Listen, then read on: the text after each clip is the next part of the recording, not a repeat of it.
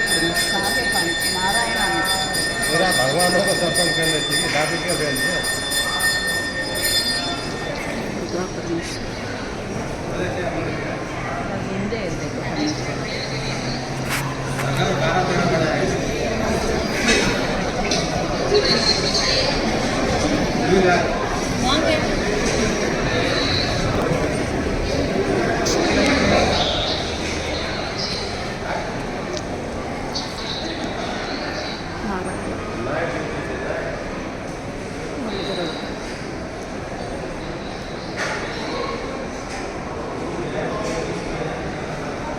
ದುರ್ಗಾ ಪರಮೇಶ್ವರಿ ದೇವಸ್ಥಾನದ ಒಳಗಡೆ ಇರೋದು ಇದು ನಾರಾಯಣ.